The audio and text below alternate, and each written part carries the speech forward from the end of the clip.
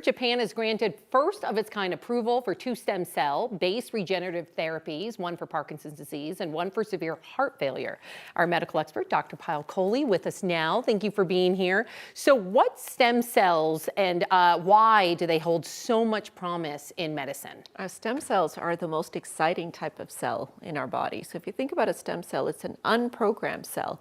It can turn into anything and it replicates itself. So it's self-sustaining. So if you think about the potential for what we could do in medicine, I mean, you're talking about treatments for diseases that we have no treatments for, no cures for, degenerative diseases, Alzheimer's and Parkinson's and cancer and all kinds of those types of diseases, but also maybe even thinking about growing organs. So if somebody needs an organ transplant for any reason, could you grow it in a petri dish from their very own stem cells? This is most definitely the future of medicine, is it not? It is. It really is. For That's why I'm excited about this. Right. And for years, when we talked about stem cells, you know, politics and religion got into the mix, and I understand why, but that's not these stem cells, right? Yes, so this has been a huge barrier to what this field of regenerative medicine using stem cells is that, oh, is it ethical to take an aborted embryo and take what's called embryonic stem cells, which is what we used to do in the past when we did the stem cells. Now that's one type of stem cell. Another type is types that we have inside our bone marrow. Every adult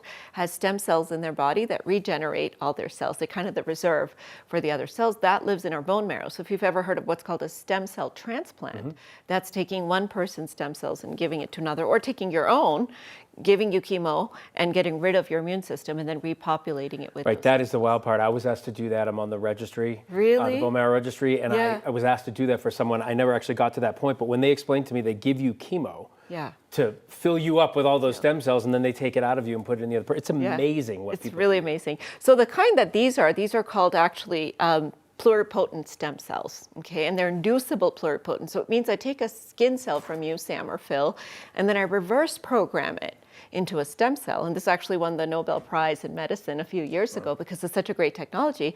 And then I give it back to you. So it's technically your own stem cell, reverse programmed, essentially, to help cure your disease. And that's what they're doing right now in Japan. That's right. And how, let's say everything with, what they're doing goes smoothly, how long would this take to potentially help patients that really would benefit from it? Yeah, so we're quite a ways from that right now, just because this is the first time it's been actually approved. Now, Japan is really trailblazing here, because Americans haven't done this.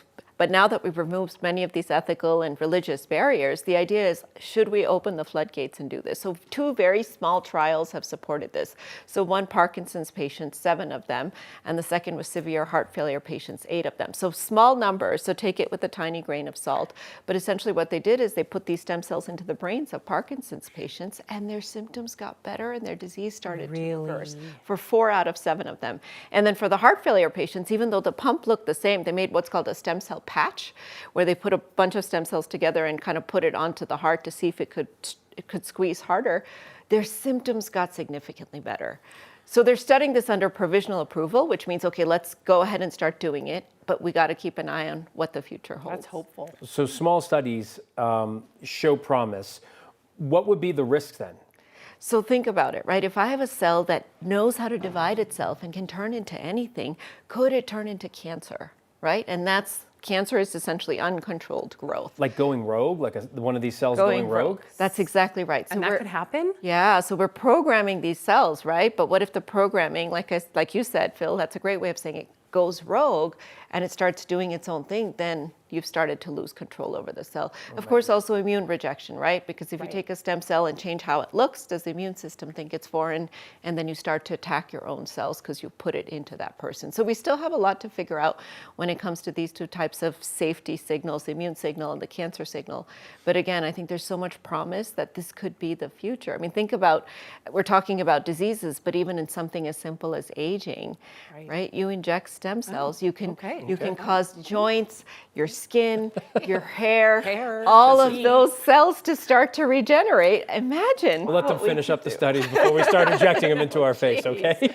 Dr. Kohli, thank you, Thanks, as Dr. usual. You guys don't need them. Okay, Thank you, Dr. Kohli.